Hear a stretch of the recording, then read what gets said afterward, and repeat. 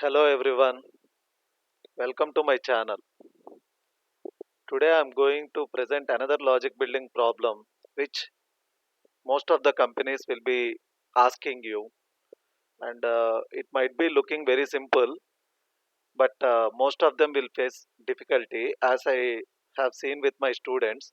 That is the reason I thought of sharing my solution for this problem. And the problem is like this: you have to perform addition using strings. So you will be given two inputs which are of string type, and what you need to perform is you need to perform addition of numbers which are given to you in string form, and then you need to perform the sum, and then you need to return the result again in string form. So it's very simple question. So you are given two strings which contain numbers, and you need to perform sum of these numbers, and then again the resultant has to be returned in string form. This is what simply the input is all about. But you may get a simple thing like simply I can just convert this string to integer or long with respective parse int or parse long methods.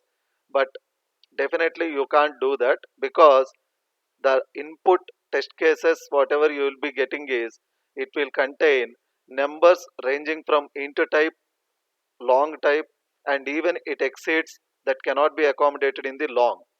So in such case, you cannot directly go for long dot parse long, and you can't convert it and directly try performing the addition and then again convert back that resultant into string and return. So compulsory you need to have some other mechanism such that, because the inputs might be longer than the long data type also. So this is my solution, which I have even traced it on paper by giving very lengthier inputs, and I got this correct. So first let me show you the different possible test cases. After that I'll just explain how I have written the code for this particular problem. So once again I'm saying you need to perform addition using strings. So let me first show you the output of my code. Later I'll just explain. So here is my console, and then here first initially let me just give you a smaller number, and then here you can see. So I have given 1 2 3 4 9 7 6 6, and the resultant is 11,000. So it's working fine. Let's try with a different number. Run as Java application, and now let us give a lengthier number now. Something I'm just giving, and then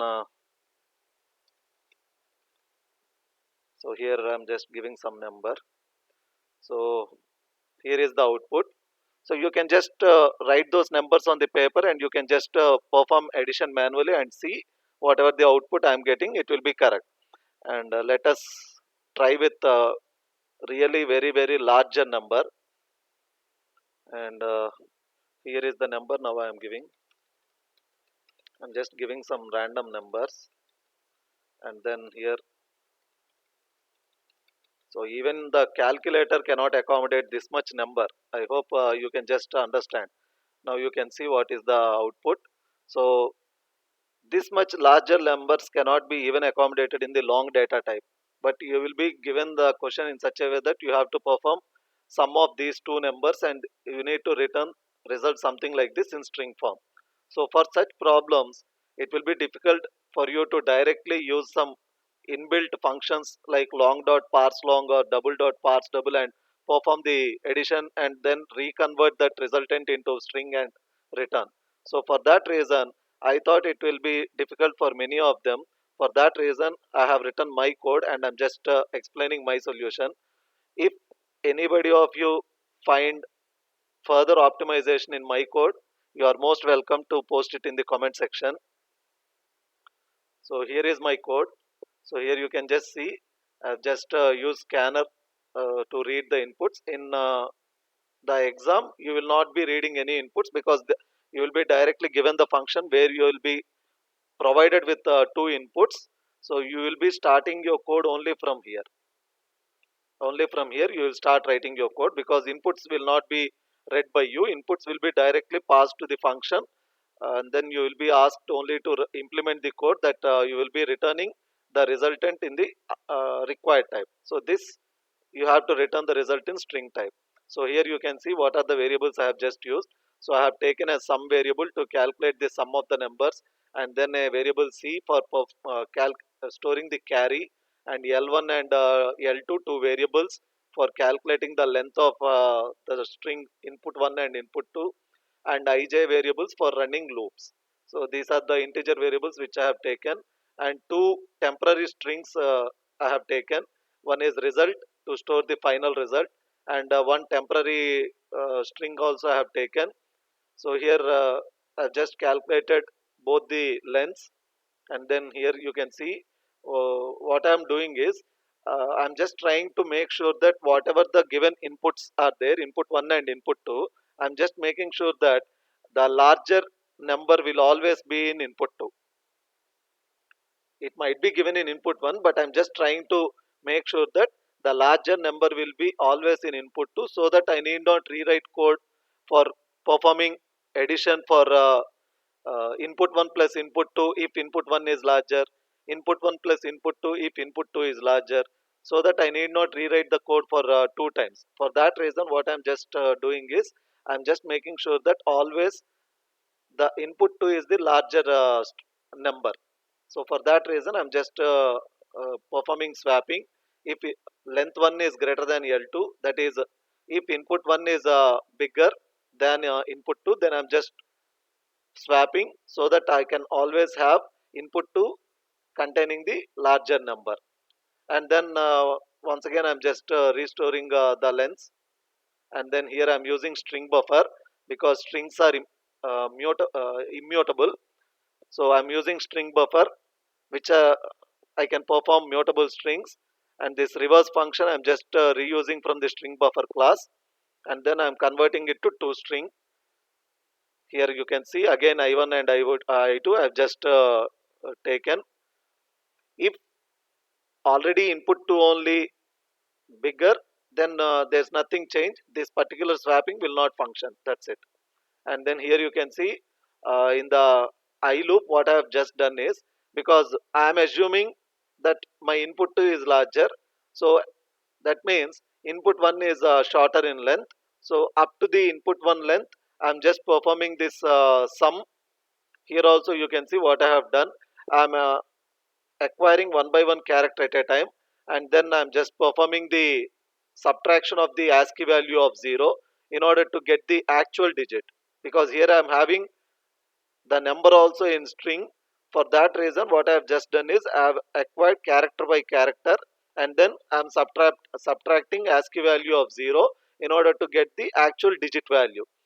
And then I've just performed I1 and I2's character by character addition, and then the carry is being added.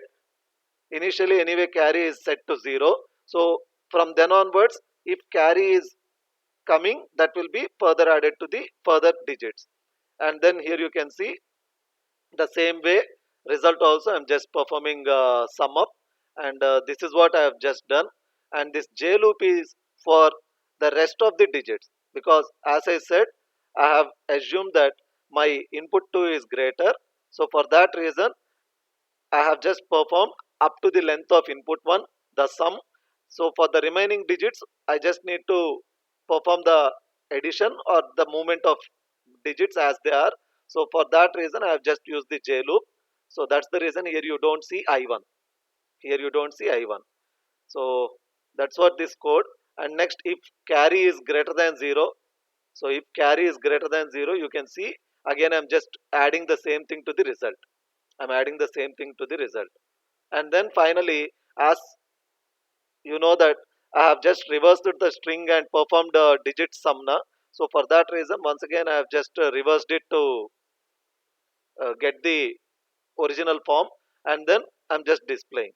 In the logic building problem of the company where you are doing, instead of doing the system.out.println, you are just going to perform return. That's the only change you need to make. I hope everyone understood. So as I said, you can just examine this code. You can just try this. You can just try this code, and if you can further optimize it, you are most welcome to post your optimized code in the comment section, which can be helpful for others also, and even for me, for performing other exercises in the future. So as I said, this inputs also will not be read by you. You just start writing the logic from here to here as it is, and instead of system.out.println, you just perform return, because there you don't have console. You just need to return your result to the server, where the test cases will be checked with the code written by you, and then if your code passes through all the test cases, you will be getting 100 out of 100. So this is my code, and if you like this, please subscribe to my channel. Thank you.